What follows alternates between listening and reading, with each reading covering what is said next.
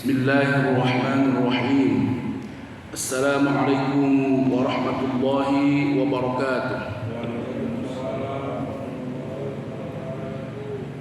Alhamdulillahi rabbil alamin. Wassalatu wassalamu ala asyrafil anbiya'i wal mursalin, nabiyyina Muhammadin wa ala alihi wa sahbihi wa man tabi'ahum bi ihsanin ila yaumiddin. Rabbi shrah li sadri wa yassir li amri wahlul 'uqdatam min lisani yafqahu qawli. Allahumma anfa'na bima 'allamtana wa 'allimna ma yanfa'una warzuqna ilman yanfa'una. Walhamdulillahi rabbil alamin. Selesai kita melakukan satu kefarduan, yaitu sholat subuh berjamaah. Kemudian kita akan melanjutkan dengan kefarduan yang lain, yaitu mengkaji satu ilmu dari ilmu-ilmu Allah subhanahu wa ta'ala, lebih khusus yaitu ilmu fiqih madhab asy-Syafi'i dari kitab Al-Fiqhul Manhaji ala madhabil imami asy-Syafi'i. Kita terhenti kurang lebih 2 pertemuan karena ada keperluan agenda di pesantren yang tidak bisa ditinggalkan. Kebetulan berikutnya juga pas jadwal di Baitul Ula ini. Semoga tidak mengurangi semangat kita untuk kemudian mengkaji ilmu fiqih madhab asy-Syafi'i.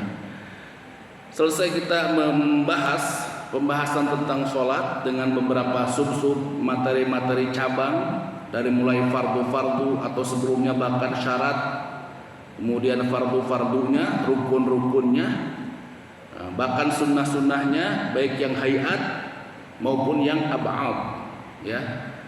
Yang ab'ad adalah yang kalau ditinggalkan diganti dengan sujud sahwi. Yang hayat adalah yang kalau ditinggalkan tidak mengapa, tidak diganti dengan sujud sahwi.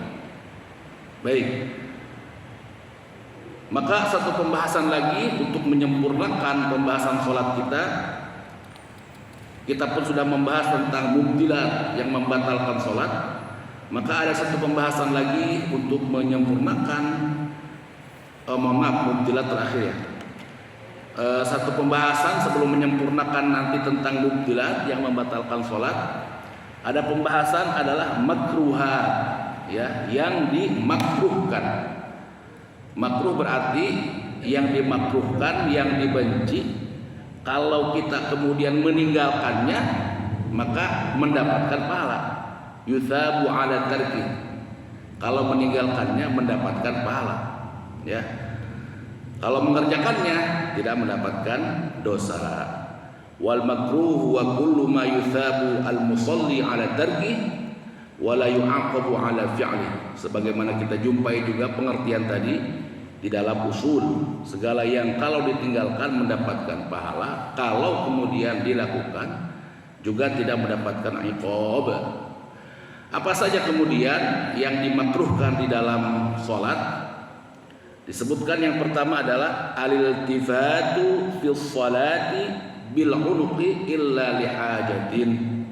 Menoleh dalam sholat dengan unuq, dengan leher kita, ataupun juga termasuk unuq itu kalau diartikan adalah apa, bagian belakang atau punak-punak, apa namanya, punuk apa itu ya, tengkuk ya, orang Sunda punuk ya, juga leher satu kesatuan ya. Menoleh dengan tengkuk ataupun leher kita, ya, bukan tanpa hajat, maka ini kemudian membatalkan. Nanti keterangannya bicara menoleh itu ada 3 macam.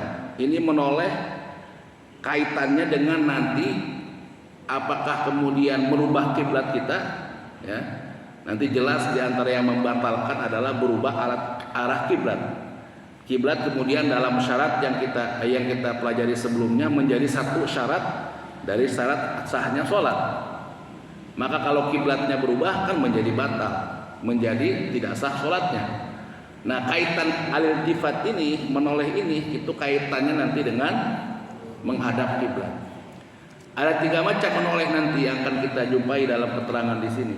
Pertama adalah al-iltifatu atau menoleh dengan mata. Yang kedua, al-iltifatu bil unuq, menoleh dengan leher atau tengkuk tadi. Yang ketiga, al-iltifatu bis sadar, menoleh dengan dada, ya. Jadi ada 3 macam, dengan mata, dengan ain ya, dengan mata, dengan tengkuk tadi, dan juga dengan dada. Nanti gampangnya bagaimana? Yang dengan mata tidak membatalkan, ya, tidak membatalkan. Mau kemana, mau ke arah mana, melihat boleh. Walaupun nanti ketika kita bicara, memang bagusnya untuk menjaga kehusuan, dan kita sudah melewati. Bagusnya kalau kita berdiri, pandangan itu semua sudah ada aturan-aturannya yang diatur agar kemudian khusyuk. Lagi berdiri kita melihat ke tempat sujud, kan begitu, maudhi'us sujud. Lagi sujud kepada maudhi'ul anf, kepada tempat hidung kita. Lagi duduk, pendapat pertama mengatakan maudhi'us sujud, melihat ke tempat sujud. Lagi pendapatnya kedua, melihat ke kedua paha kita. Nah, tapi kalau kemudian itu tidak kita lakukan, mata kita malah menoleh ke sana kemari, selama menolehnya lewat mata kita bil ain, maka tetap tidak membatalkan sholat, tetap sholatnya sah. Namun tentunya mengurangi kehusuan kita. Jadi kalau dengan bil ain, al-iltifat bil ain tidak membatalkan. Berikutnya al-iltifatu bil unuq. Nah, ini kalau bil unuq ada catatannya. Kalau lihajatin, ada hajat, tidak mengapa. Ada keperluan, tidak mengapa. Kalau enggak ada hajat, maka kemudian ini termasuk hal yang memakruhkan, yang dimakruhkan. Ya, nanti kita lihat keterangan berikutnya ya. Ini kesimpulan dulu dari awal. Nah, berikutnya kalau bis sadar, dengan dada jelas. Karena dengan dada jelas termasuk nanti akan merubah arah kiblat. Maka kemudian membatalkan, ya. Ada yang tidak membatalkan, ada yang makruh, ada yang membatalkan. Itu urutannya ya. Mata, tengkuk, dada. Mata tidak mengapa, tengkuk makruh, kemudian dada maka membatalkan.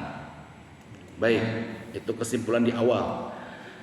Diangkat kemudian oleh muallif sebuah riwayat, la yazalullahu azza wa jalla muqbilan 'alal 'abdi fi shalatih. Allah senantiasa masih terus melihat begitu hamba, yaitu yang sholat, masih Allah melihat kepada hamba yang sholat selama apa? Malam yaltafit, selama dia tidak menoleh. Kalau dia menoleh, fa idzal tafata insarafa'an. Kalau dia menoleh, maka Allah pun akan menoleh, tidak mau melihat kita. Kita kemudian dalam sholat tidak menoleh ke sana kemari, melakukan satu adab yang sebelumnya disebutkan, kemana kita harus menoleh. Itu artinya kita konsentrasi dengan Allah. Allah pun tentunya akan terus menerus tetap menjaga kita, melihat kita. Ya, kalau kita kemudian berpaling, Allah pun berpaling. Kalau kemudian kita pun menoleh, Allah pun menoleh. Ya. Dan di antara ciri Allah itu mempunyai ciri apa? Maha pencemburu. Jangan cemburu, ya. Maha pencemburu. Dan menoleh itu disebutkan dalam sebuah riwayat, dia adalah ikhtilas. Ikhtilasun yakhtalisuhu syaitanu, adalah ikhtilas yang dilakukan oleh syaitan min salatil abdi, dari salatnya hamba. Ikhtilas itu nanti kalau dalam bahasa Arabnya ada mukhtalis, itu korupsi, koruptor. Mukhtalis koruptor, ikhtilas korupsi. Maksudnya apa korupsi di sini? Ya, korupsi pandangan mata. Harusnya kepada satu hal yang kita sebutkan tadi, kepada tempat-tempat yang kita sebutkan tadi, ini malah kemudian tidak dilakukan pada tempatnya, maka korupsi. Harusnya kalau kita tahu selama ini korupsi terkait uang, misalkan uang itu harusnya buat apa, tapi diselewengkan, berarti mengalihkan sesuatu. Ini pun sama, ikhtilas dalam sholat terkait pandangan mata, harusnya ke tempat-tempat tertentu tidak dilakukan. maka ini adalah ikhtilas, ya, pencurian atau korupsi lah yang dilakukan oleh syaitan dari sholat hambanya. Artinya apa? Dalam kondisi itu berarti si hamba yang lagi sholat sudah ghalabahu syaitan, sudah dikalahkan oleh syaitan, ya. Dan kalau soal pandangan mata, saya pikir atau kita semua rasa sangat mudah, ya. Kalau bicara tentang kehusyuan, kaitannya dengan kehusyuan, kalau cuma pandangan mata insya Allah tidak susah. Yang susah kan pikiran. Khusyuan itu lebih kepada pikiran yang kemudian sering mengganggu kita. Nah, sehingga lagi-lagi kalau kehusyuan itu disebutkan bagian dari rukun, misalkan banyak sekali orang yang sholatnya batal begitu. Nah, dia hukumnya apa? Sunnah muakkadah, sunnah yang dikuatkan, ya. Jadi insya Allah semua bisa lah, ya. Yang rata-rata kita juga kalau masalah menoleh, insya Allah terhindar, ya. Bedanya kan ketika malah pikiran tadi, matanya tetap memang seperti orang yang sholat, matanya melihat ke tempat sujud. Nah, hati dan pikirannya itu yang kemudian berat, ya. Baik, ya, ini yang pertama. Kemudian, nah tadi kan ada 3 macam tadi. Kalau menolehnya dengan mata tidak membatalkan. Kalau menolehnya dengan tengkuk maka lihat. Kalau enggak ada hajat maka makruh. Kalau ada hajat diperbolehkan. Apa contoh hajatnya? Disebutkan misalkan hajat tentang muraqabatul adu. Kita lagi berperang, ya, kita harus melakukan muraqabah, mengontrol gitu, mengontrol adu, mengontrol musuh. Ya, namanya sholat, lagi sholat khauf misalkan, tidak mungkin kita 100% kita harus terkoneksi, bahkan sengaja dengan cara tertentu. Nanti kita kalau bicara sholat khauf, ya, caranya dengan tertentu. Maka satu kebutuhan itu untuk kemudian kita melakukan muraqabah, mengontrol kondisi musuh bagaimana. Nggak mungkin kita sholat saja melihat ke tempat sujud saja, nggak mungkin. Maka ini hajat, berarti boleh, ya. Yang lain boleh nggak kondisi-kondisi yang lain? Ya wallahu alam, pokoknya kita pikirkan kira-kira hajatnya ada apa enggak. Ya kalau nggak ada hajat, ya misalkan apalah, ya apalah dipikirkan gitu, ya. Kira-kira ada hajatnya nggak? Kalau nggak ada hajatnya maka makruh, ya. Nah, riwayat tentang muraqabatul adu adalah bahwa Nabi kita Muhammad sallallahu alaihi wasallam yusalli wa huwa yaltafit ila sya'b. Qala Abu Daud wa kana arsala farisan ila sya'b min al-laili yahrus. Nah, dalam kejadian Nabi juga dalam satu perang melakukan ini. Ya, ketika dalam peperangan Nabi salat melihat kepada asy-sya'b, melihat kepada pasukan. Ya. Ini contoh riwayatnya memang bicara tentang peperangan, ya. Mungkin memang saya rasa kalau mau kita kiaskan hajat-hajat yang lain memang agak susah juga, ya. Hajat apa misalkan? Ya hajat apa, ya susah juga. Mungkin enggak, ya mungkin aja kalau ada kasusnya yang bisa kemudian sama kedudukannya dengan berperang lah begitu, ya. Kalau enggak ada, ya tetap hukumnya kemudian menjadi makruh karena tidak ada hajat. Nah, berikutnya adalah tadi altifat yang ketiga, altifat bil sadar. Kalau altifatnya menolehnya dengan dada maka membatalkan. Baik, ini yang pertama tentang altifat, ya. Yang kedua, raf'ul basar ila sama, ya. Melihat, mengarahkan pandangan ke atas. Mengarahkan pandangan ke langit. Pun ini hukumnya adalah makruh. Nah, lagi-lagi kenapa ini enggak dimasukkan ke altifat? Ya, karena memang ada kekhususan riwayat. Ada kekhususan riwayat tentang altifat menoleh ke atas. Ya, atau bahkan barangkali kalau namanya menoleh bukan ke atas, ya. Kenapa dibedakan? Karena menoleh ima ke samping, ya, kanan atau kiri menoleh begitu, ya. Di samping ada kekhususan memang yang namanya menoleh. Enggak ada kan menoleh ke atas, ya. Ya. Jadi melihat ke atas dalam bahasa fikihnya pun tidak menggunakan al-iltifat, tapi raf'ul basar, mengalihkan pandangan ke atas. Nah, ini juga menjadi satu kemakruhan, ya. Dalilnya adalah riwayat Al-Bukhari dari Anas radhiyallahu anhu anna Nabiyya sallallahu alaihi wasallam qala, Nabi bersabda, ma balu qaumin yarfa'una absarahum ila as-sama'i fi salatihim, thumma qala la yantahiyanna an dzalika aw la tukhfatanna absaruhum, tentang kaum yang mengalihkan pandangannya ke langit ketika sholat. Apa kata Nabi? Hendaklah berhenti dari melakukan itu, jangan lagi melakukan mengalihkan pandangan ke langit, berhenti udah. Atau kalau nggak mau apa? La tukhfatanna absaruhum, kalau enggak tersambar itu apa, mukanya kesambar ya. Nanti kira-kira terjadi apa tidak orang yang melihat ke atas kesambar apa tidak? Ini bukan masalah terjadi apa enggaknya ya. Ini namanya apa? Ini namanya ya warning, larangan yang memang kemudian bukan pada tingkat haram ya. Kesambar bisa juga kesambar secara maknawi, bukan secara hissi. Bisa nggak secara hissi, secara nyata kelihatan wahid? Bisa jadi ya.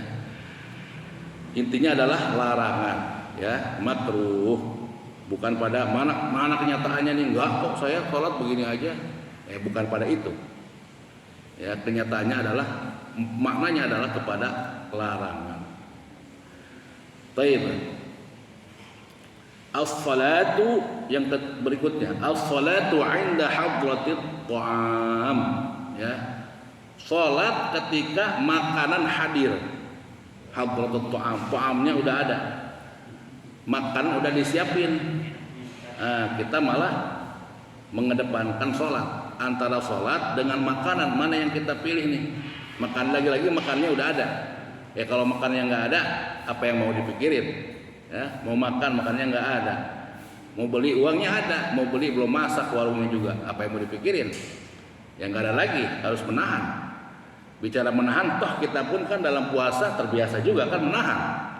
Dari subuh, dari fajar sampai maghrib kan kita menahan ya. Jadi hakikatnya adalah pada pilihan ketika menahan, tapi kemudian sudah ada di depan mata kita sesuatu yang kemudian kalau kita lakukan sholat akan terganggu pikiran kita ya. Nah apa namanya, makan udah ada, sudah dihidangkan, nah sholat pun sudah datang, maka kita pilih apa? Makanan ya. Kalau kita sholat maka hukumnya adalah makruh ya, malah makruh. Nah, kita lihat riwayatnya, idza wubi'a, kalau dihidangkan apa namanya, asya'un. Asya itu makan malam. Isya, sholat isya, asya makan malam. Maka nanti pembahasan dalam fikih dalam satu takbirnya, ibarahnya, kalau isya, asya sudah hadir, mana yang dikedepankan, mana yang dipilih?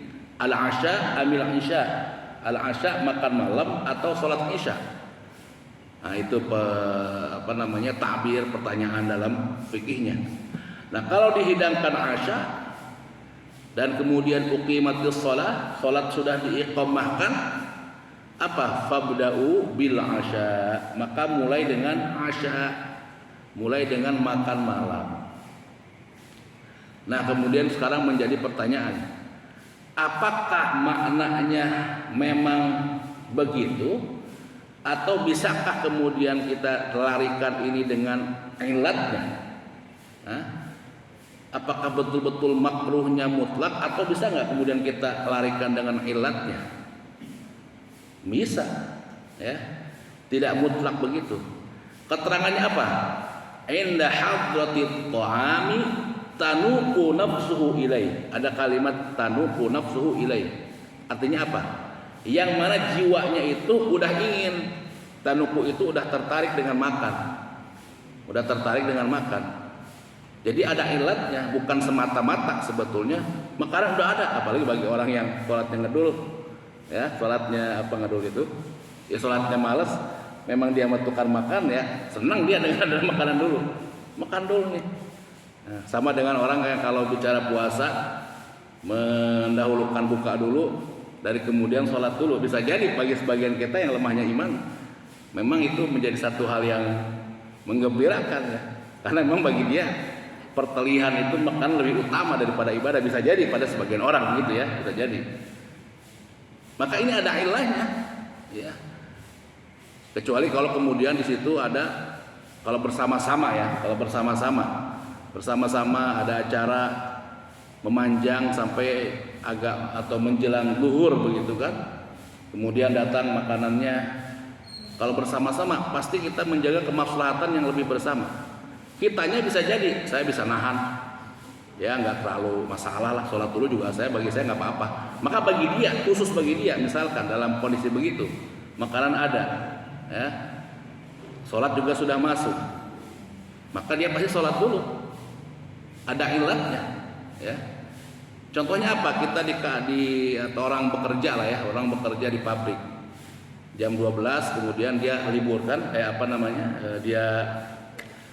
jam 12 dia keluar istirahat begitu kan.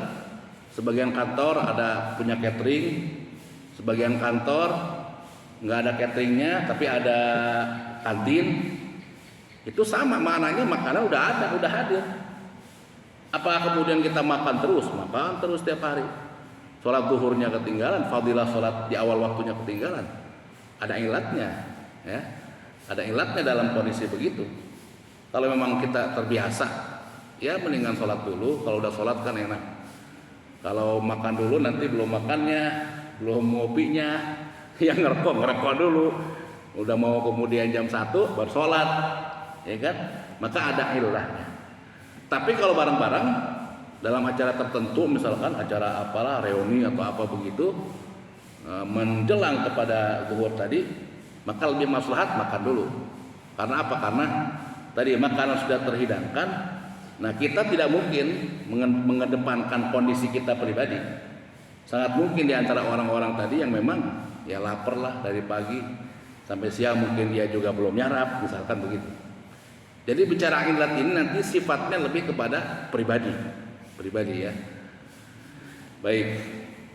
Karena apa? Bicara menahan makanan, sesungguhnya dalam hal yang lain kita juga kan terbiasa berpuasa. Asal jangan kemudian dipahami, saya barangkali pernah menyampaikan, ada satu vlog begitu, artis, kemudian dia mendatangi ibunya seorang yang soleh ya, orang tua ya. Kesolehan orang tua itu kan luar biasa.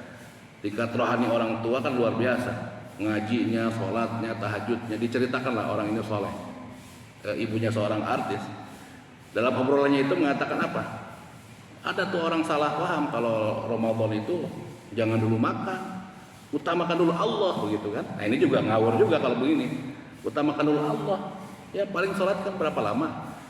Dia bilang berapa, 5 menit lah atau apa berapa? Ya sebentar lah, sekadar sholat doang. Tahan aja dulu. Baru kita makan, katanya begitu kan? Baru kita buka. Nah ini kan ngawur juga kalau begini, ngawur juga. Ya. Bicara hak Allah maka tidak bisa kita lepaskan dengan hak Rasulnya. Kalau engkau cinta Allah juga harus cinta Rasul. Di antara cinta Rasul, cinta mengikuti ajarannya. Ya, mengedepankan berbuka bagian dari kesunahan juga, begitu. Kecuali kalau dia bilang buka dulu, ya buka dulu. Makannya baru habis sholat, nah, kalau ini tepat ya. Tapi kalau makan dulu, sholatnya nanti ya entah dari mana itu pemahamannya. Nah, baik, berikutnya as-sholatu 'inda hafril baul awil ghaid, yaitu sholat ketika ada dorongan ingin al-baul, ingin buang air kecil, juga ingin al-ghaid, ingin buang air besar. Ketika ada dorongan, ya, kalau nggak ada dorongan ya tidak harus dipaksa-paksa untuk kencing ataupun buang air besar. Baik, ada riwayat ini bisa sebetulnya dengan untuk dua poin di atas juga menguatkan, ya. La salata bi hadwatit ta'am wala wa huwa yudafi'uhu al-akhbathan. Yang potongan pertama bisa juga untuk syahid menguatkan poin yang di atas tadi. Tidak ada sholat kalau makanan sudah terhidangkan. Wala wahwa juga kemudian jangan sholat, makruh nanti hukumnya. Dia menahan apa? Kencing, juga al-ghaid, buang air besar. Nah, maka ini sudah panggilan alam. Harus kemudian kita utamakan. Lagi-lagi kedua macam ini nanti ilatnya terkait apa? Terkait kehusuan sholat kita, ya, terkait kehusuan sholat kita. Nah kemudian kencing dengan buang air besar itu bisa nggak kita kadar-kadarkan? Pada kadar apa yang bisa kemudian kita tahan dengan yang nggak kita tahan? Bisa juga kemudian, maknanya tidak mutlak 100%. Ini kira-kira kencing kita pada kadar apa nih kita nih? Pada kadar yang bisa mengganggu kehusuan kita apa tidak? Atau pada ya biasa aja, nggak, dorongannya sedang lah. Kalau dikencingkan kencing, kalau nggak dikencingkan juga masih bisa, bukan menahan ya. Kalau menahan berarti kan dia udah ada dorongan pengen kencing. Masih biasalah standar begitu kan. Maka tidak mengapa kalau masih standar, kita pun masih bisa berkonsentrasi dengan bacaan kita, tidak mengganggu kehusuan, maka tetap kita utamakan adalah sholat kita, ya. Karena biasa di kantor pun yang namanya sholat, fadilah sholat di awal waktu tetap dilakukan. Zuhur tidak ada, kecuali barangkali kalau semuanya kompak, nanti kita sholatnya jam 1 kurang 5 misalkan, karena ada apalah begitu, setiap waktu begitu. Mungkin ruangannya masih kepake, tidak punya musola misalkan begitu kan, itu masih bisa kita melakukan yang lain-lain dulu, makan dulu, mungkin kamar mandi dulu. Nah, di mana-mana hatta di kantor pun yang namanya sholat itu alhamdulillah kita nemukan sholat di awal waktu. Maka antara dua hal ini perlu kemudian kita timbang-timbang, antara sholat fadilah di awal waktu dengan kemudian kita korbankan karena ada hal yang lain yang memang kalau memang pada tingkat tertentu ilatnya sampai itu kita utamakan. Nah, makanlah tadi ataupun buang air besar ataupun buang air kecil. Jadi kadarnya bagaimana tadi kadarkan deh, kembali kepada kita ya. Saya rasa saya bilang begini cukup bisa dipahami ya. Ada kencing-kencing yang kemudian ya masih pada tahap kadar 50% lah, 50-50. Dikencingkan kencing, nggak dikencingkan juga masih biasa-biasa aja. Kan ada begitu ya. Buang air juga ada. Ya, kalau udah ibarat udah 70% lah dorongannya memang udah harus diutamakan, maka utamakan. Baik, berikutnya as-salatu fi halatin nu'as asyadid. Salat dalam keadaan mengantuk.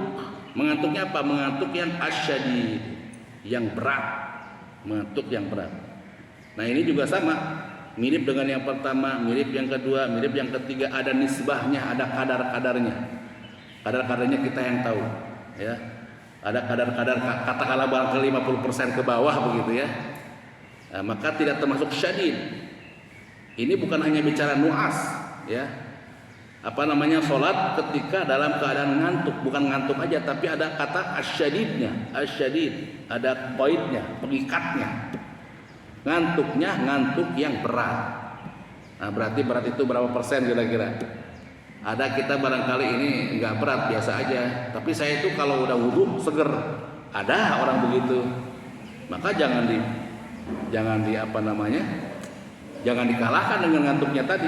Saya ngantuk, ntar aja deh. Antara apakah betul yang dimenangkan oleh kita adalah ittiba kepada Nabi, jangan-jangan hawa nafsu kita itu yang kemudian kita harus lihat lagi. Jangan-jangan hawa nafsu kita. Ini kan ngantuk, saya mantar aja lah. Kalau udah seger enak sholatnya, ya, konsentrasi juga, fokus juga sama bacaan kita. Nah, kita lihat timbang-timbang. Ini kadarnya sudah syadid apa tidak syadid? Ngantuk kita udah banget atau enggak banget? Nah, itu. Nah, yang kemudian makruh untuk kita memaksakan sholat kalau ngantuknya sudah pada tingkat yang sangat, yang syadid, ya.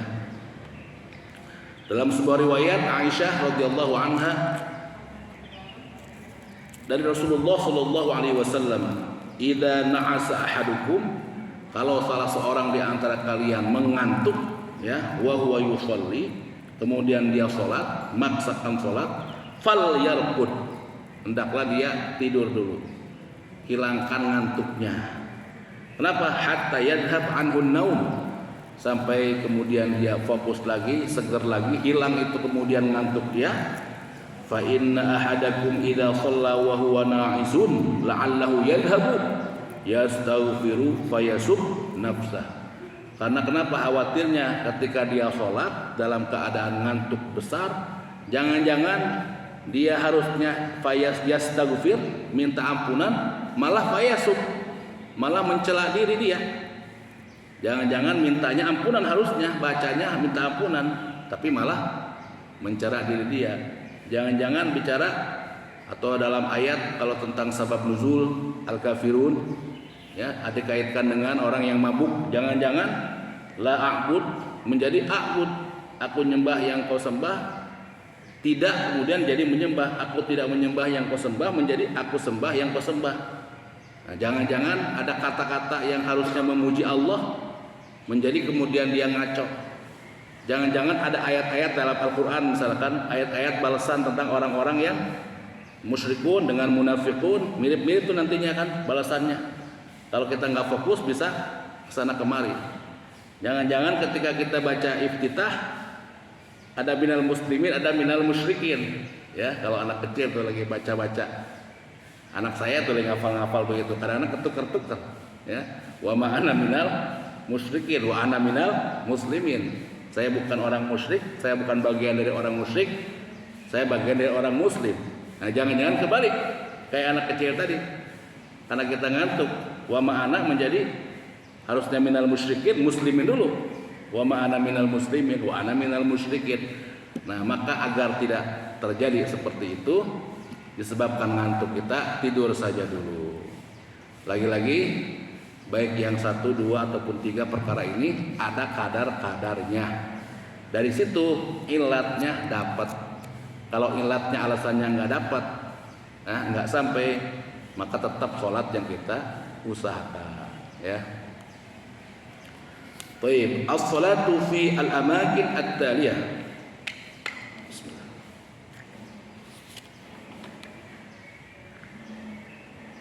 Baik, berikutnya adalah sholat di tempat-tempat yang berikut ini. Ini juga dimakruhkan.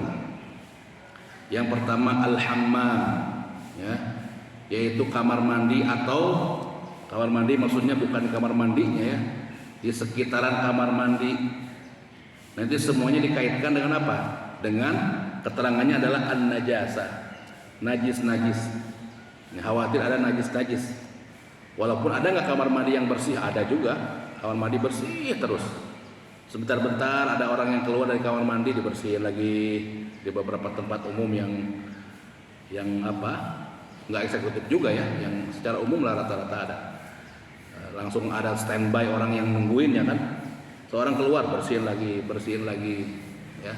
Tapi tetap kita khawatir dengan ada yang namanya najis. Maka dibilang haram juga tidak. Kenapa? Nggak mungkin juga.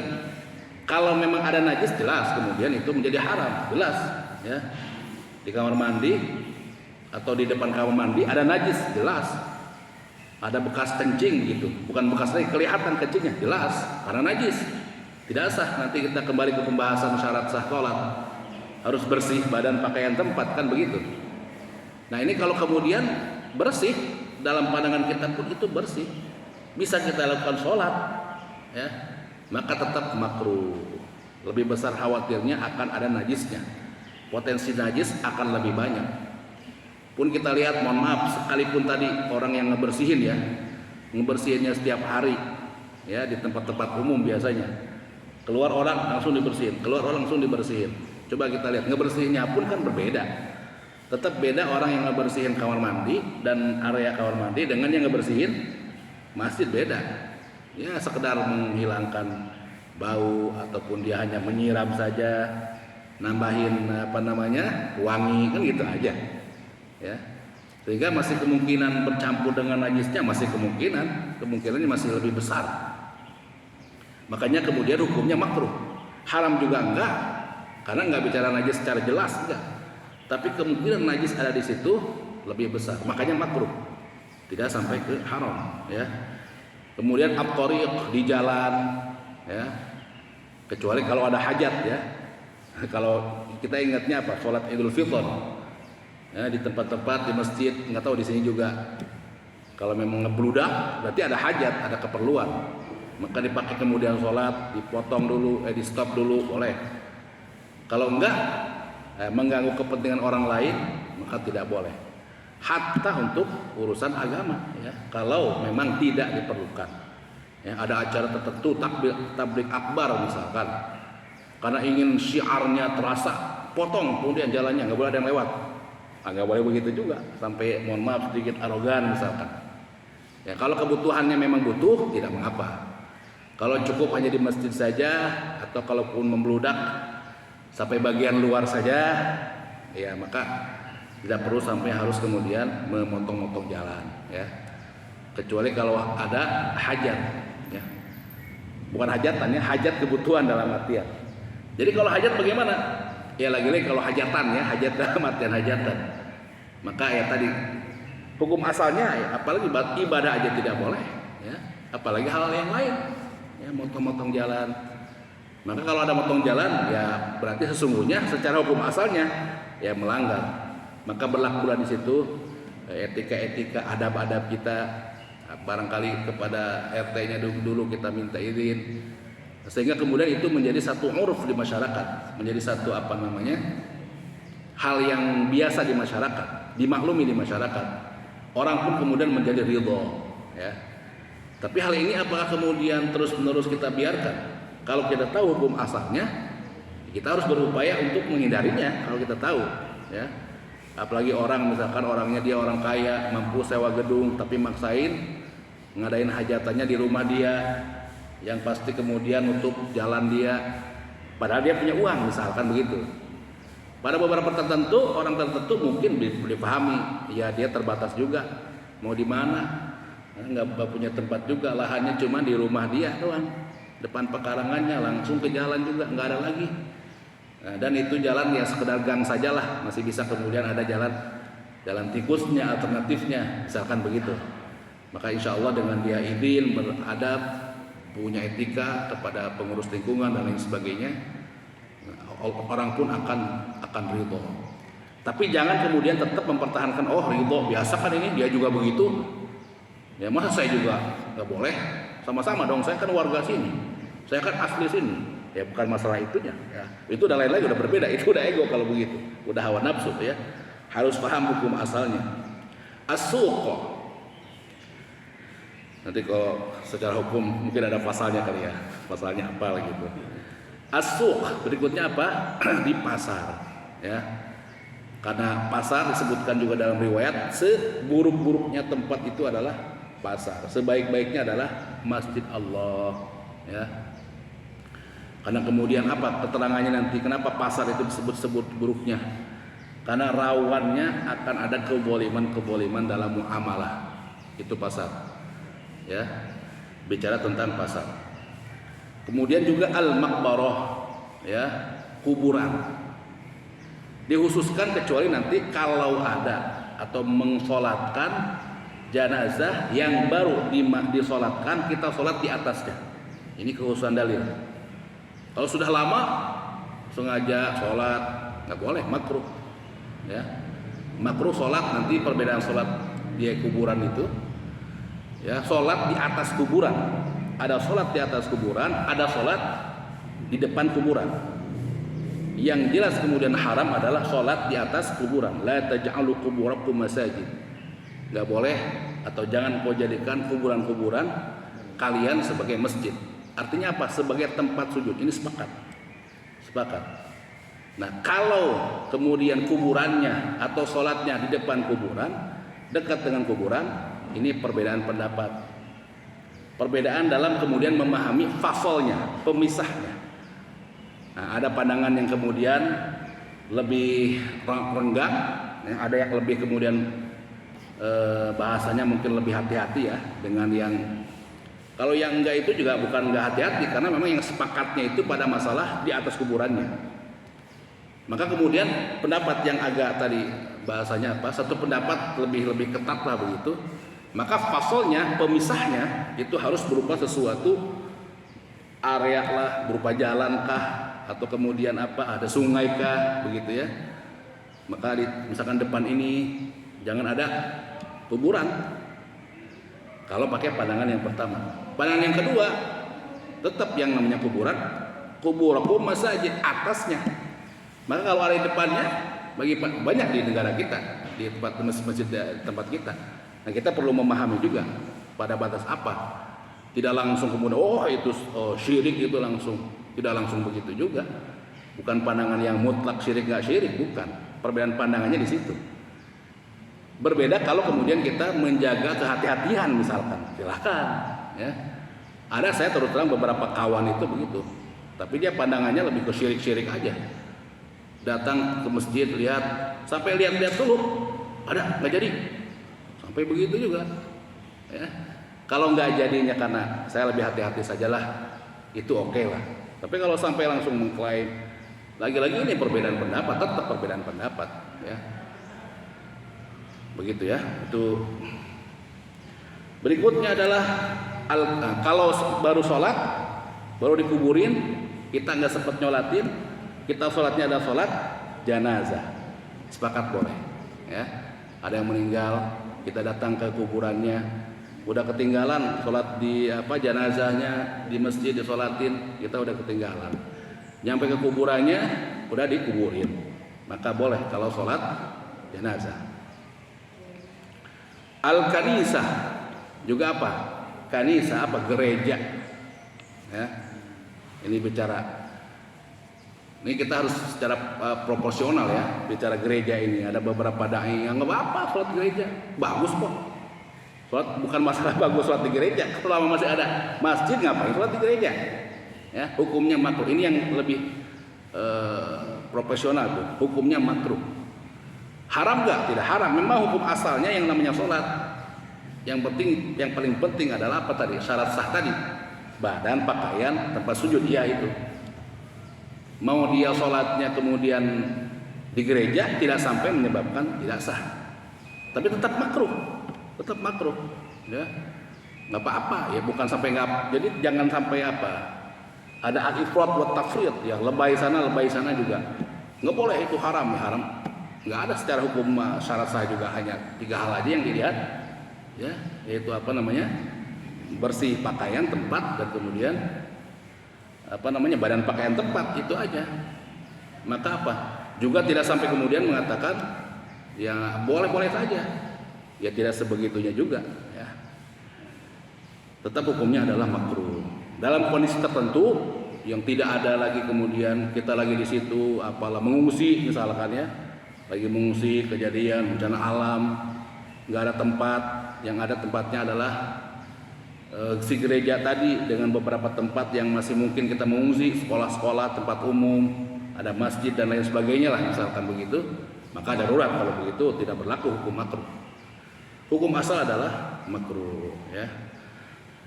Al-mazbalah, tempat buang sampah, pun sama sampah. Sampah kenapa tadi terkait dengan najasah? Dimungkinkan nggak semua sampah itu juga najis, nggak semua. Ya. Ada sampah potongan-potongan kertas dari fotokopian, misalkan ada sampah di situ, ada tempat sampahnya limbah-limbah kertas, itu areanya area fotokopian, tempat fotokopi misalkan begitu kan, maka sesungguhnya dia tidak najis. Tapi lebih kemungkinan kemungkinan besar yang namanya sampah najis, ya, banyak yang najisnya. Kemudian wa'aqon al-ibil, ya, di kandang onta, di tempat-tempat di kandang onta. Lagi-lagi limadhinnati wujudin najasah. Karena kemungkinan ada najisnya, lebih kemungkinan dhon besarnya, sangkaan besar banyak najisnya. Baik. Nah, ini semua dari riwayat, ya, dari riwayat kita sampaikan bahwa Nabi Muhammad SAW dalam sebuah riwayat Tirmidzi, ya, melarang melarang sholat di mana? Fil mazbalah, di tempat sampah ataupun area tempat sampah, wal majzarah, area al-jazzar itu